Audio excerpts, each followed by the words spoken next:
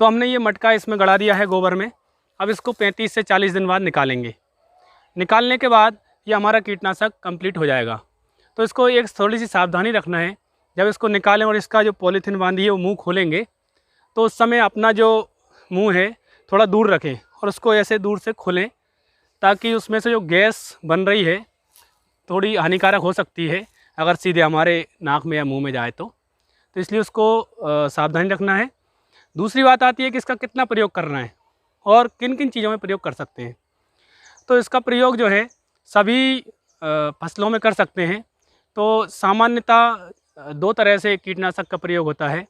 एक तो जब कीट लग जाता है इसके बाद स्प्रे किया जाता है, और एक जब कीट नहीं लगता है या लगने की कंडीशन में होता है या बचाव के लिए किया जाता है कि कीट इसमें नहीं लगे।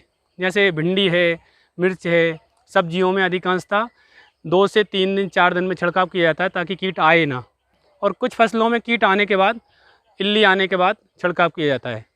तो जिन फसलों में हम बचाव के लिए छिड़काव कर रहे हैं, जैसे भिंडी में या मिर्ची में, कि कीट आए ना, तो उसके लिए हमें इसमें एक पंप में 15 लीटर के पंप में आधे लीटर ये छाछ मिलाना है। इसको जब मिलाएं तो थोड़ा सा हिला लें और हिलाने के बाद छान के उसको पंप में मिला लें। यदि हम इल्ली लग जाए और लगने के बाद इसका उपयोग करना है इल्ली को मारने के लिए, तो इसका डोज थोड़ा सा बढ़ जाता है। इसको 750 ml से लेकर के 1 लीटर तक, आपका जो कीट है वो कितना पावरफुल है उस हिसाब से 15 लीटर में 1 लीटर तक इसका उपयोग कर सकते हैं। कुछ फसलों में जैसे गोभी है तो उसमें 1 लीटर ना करके 750 ml तक ही सीमित रखना है, क्योंकि हो सकता है फसल पे कभी कभी ये ओवरडोज कुछ फसलों पर, जो कमज़ोर फसल होती है उस पर नुकसान कर जाते हैं। जैसे मिर्ची है तो मिर्ची में कुकड़ा लगता है, तो कुकड़ा लगने से पहले, यानी हमें लग रहा है कि कुकड़ा आएगा, इससे पहले इसका स्प्रे 3 से 4 दिन में करते रहें तो कुकड़ा या जो सामान्यतः इल्ली होती है वो नहीं आएगी। इसके अलावा मैं जो प्रयोग करता हूँ इसका हमने पहले कर चुके हैं। ये तो आपके लिए एक डेमो हमने दिखाया था। मेरे पास 20-1 लीटर के आसपास बना हुआ रखा है, उसमें हम प्रयोग करते रहते हैं। तो मैं जो प्रयोग करता हूँ, मेरा प्रयोग करने का तरीका ये है कि मैंने गेंदा पे और 3-4 चीज़ों पर प्रयोग किया है। तो मैं क्या करता हूँ, 15 लीटर का जो पंप है उसमें आधा, लगभग 7 से 8 लीटर पानी डालता हूँ और 6 लीटर के आसपास बेस्ट डिकम्पोजर का घोल जो बना हुआ है हमारे पास वो मिलाता हूँ, और उसमें फिर आधा से पौन लीटर ये जो छाछ कंप्लीट होगी ये वाली छाछ उसमें मिलाते हैं। यदि आपको बेस्ट डिकम्पोजर कैसे बनाएं या बेस्ट डिकम्पोजर घोल मदर कल्चर चाहिए तो हमारे वीडियो में उसका लिंक दिया हुआ है, उसमें भी जाकर आप देख सकते हैं बेस्ट डिकम्पोजर का घोल कैसे बनाएं।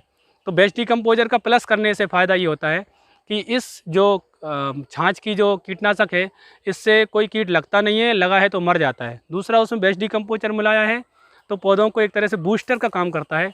तो आज हमने आपसे बात की देसी छाछ से कीटनाशक बनाने के लिए, और मुझे लगता है कि इससे आसान और इससे सस्ता क्या, बिल्कुल निःशुल्क, क्योंकि हम किसान हैं तो हमारे पास छाछ या मही अवेलेबल रहता ही है।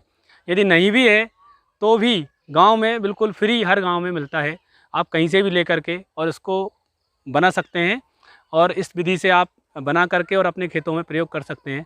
जो अन्य कीटनाशक हैं जो हम मार्केट से लाते हैं, रासायनिक युक्त कीटनाशक हैं, उनसे क्या होता है कि जो मित्र कीट होते हैं, बहुत सारे कीट हमारे फसल में मित्र कीट होते हैं जिनसे फूल फल अच्छे लगते हैं, वो भी मर जाते हैं।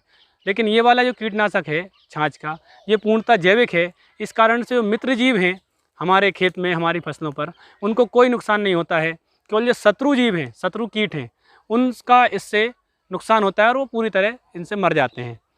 इसके अलावा इसका जो उपयोग है आप केमिकल युक्त, यानी जैसे नैनो यूरिया है, उसके साथ मिलाकर भी कर सकते हैं। तो आज की वीडियो में बस इतना ही।